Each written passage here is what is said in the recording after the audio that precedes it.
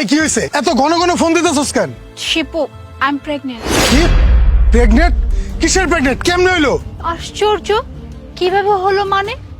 কিভাবে হলো এটা তো তুমি খুব ভালো করে জানো কিভাবে হলো। কেন তুমি কি ভুলে গিয়েছো আমরা লাস্ট মান্থে যে ডেট করেছিলাম, রুম ডেট? আর তুমি এখন আমাকে কোশ্চেন করতেছো এসব কি করে হলো? ও দেখো, এটা কিভাবে হয়ে গেছে আমি তো বুঝতে পারি নাই, কিন্তু এটা তো একটা সমাধানে আসা দরকার। আচ্ছা কি করা যায় বলো তো? সমাধান?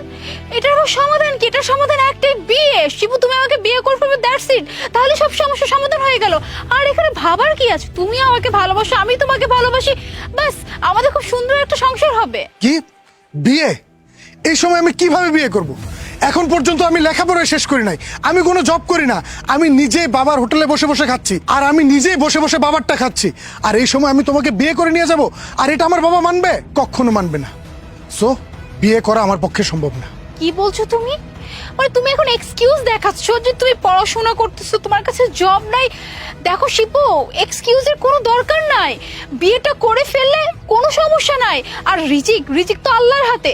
আমাদের যখন বিয়েটা হয়ে যাবে, বাচ্চাটা যখন দুনিয়াতে চলে যাবে, আপনা আপনি সবকিছু হয়ে যাবে। তুমি এত টেনশন কেন নিচ্ছ? জাস্ট তুমি বলো বিয়েটা কখন করছো আমাকে? এই তোর কি মাথা খারাপ হয়ে গেছে? তোকে আমি বিয়ে করব? আমি তোকে বিয়ে করতে পারবো না। আর ওই তুই কি মনে করছস তোকে বিয়ে করার জন্য তোর সাথে আমি